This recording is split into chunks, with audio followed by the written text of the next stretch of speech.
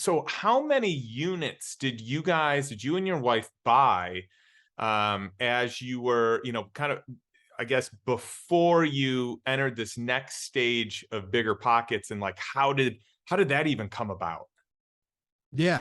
So we had roughly 32 units, I think, when I quit my job and obtained financial freedom. Like when I say that, it was like I like to call it like level. There's like three levels of financial freedom. I generally say the first one is like you can quit your job.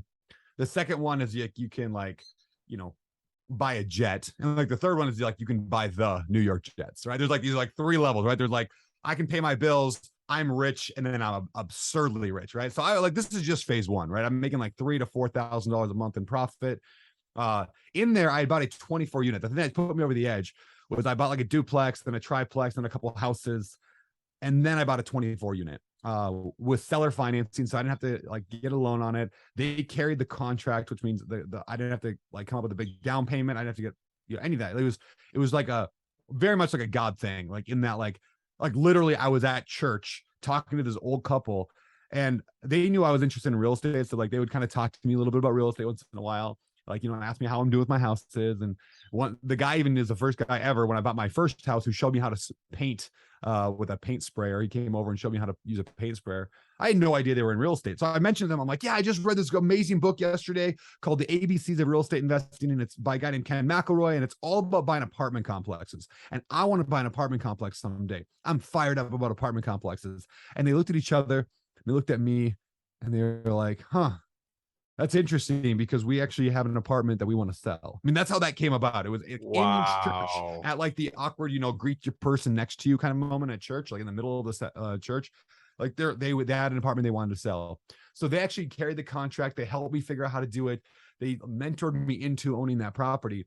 And then that got me over the number that I needed to be able to quit my job. At that time, I was at a bank, a terrible job at a bank. So quit the job, fixed up that 24 unit, and then at 27, I was like, I'm done. I got all I ever need in life.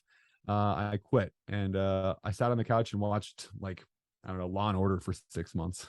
It was like the end. Wow. Yeah, that's where phase one kind of it didn't really end, because I kept buying units once in a while after that. But that was yeah, that's where the transition happened at phase two. You want me to go into that? Well, real quick, so did you not Yeah. have to put any money down for that 24 unit? Yeah. So here's how this worked. I love this. It was such a creative strategy. So here's what happened.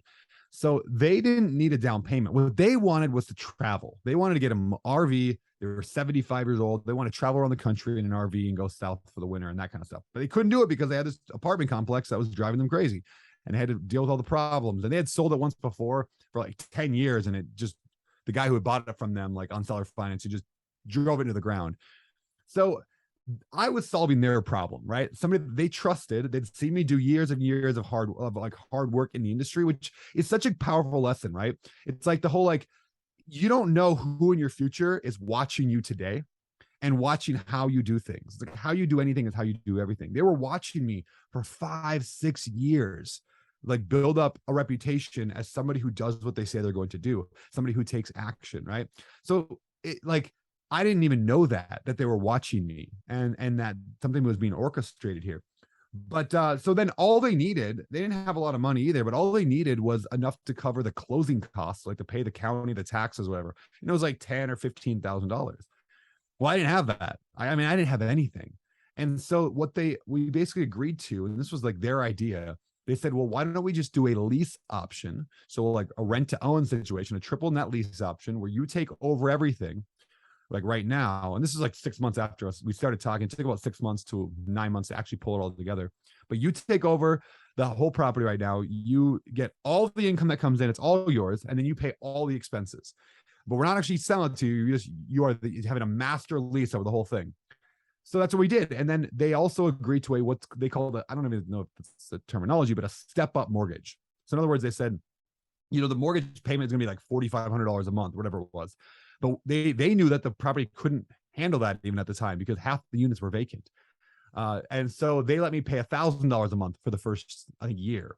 And then it was $2,000 a month for the second year, and then $3,000 for the third year. They let me step it up slowly so that it would actually cash flow. I took all that cash flow, saved it up for whatever, 9 months, 6 months, whatever. And once I had the $10,000 needed for the down payment, I then gave them that. So they let me build a down payment out of the rent that came in, the profit that came in that I was working to get as I fixed up units. And yeah, it was a cool kind of mentor-mentee kind of a situation. And both of us had our problem solved. They got to then travel. They went and took their RV, went around the country, and I took care of their property for them. Eventually became my property. And that led me to level 1 financial freedom. So this is such a great example. I love that, Brandon. You know, first and foremost, for those of you watching or listening, it's important to realize that these people are out there. You know, I talk about in my book, The Lifestyle Investor, the fact that you can get deals done with no money down, right? I've done several of these deals. I've had some really cool opportunities. Most of the time you got to put money down, but for the right deal, for the right situation, I think that's great. The second thing is most of the time, the needs that people want met are different. So when you're in a negotiation, right, it's important to ask questions and get clarity about what someone else wants, because if you can solve for them, you can make it very advantageous for you. And so you were able to do that.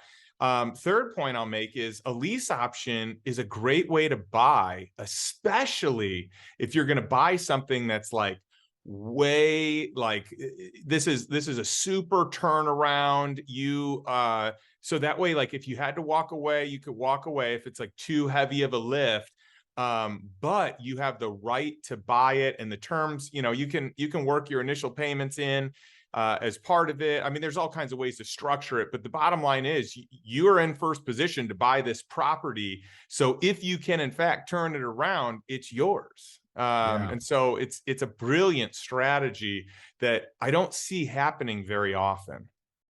Yeah, the lease option thing is not super common. I mean, lately a lot of guys have been talking about the seller financing thing. Pace Morby is internet kind of celebrity. He's got a TV show, but he's really pushing this movement of the seller of subject to, which is a different strategy similar to lease options, but yeah, lease options are still, I think, one of the most underrated, powerful tactics out there.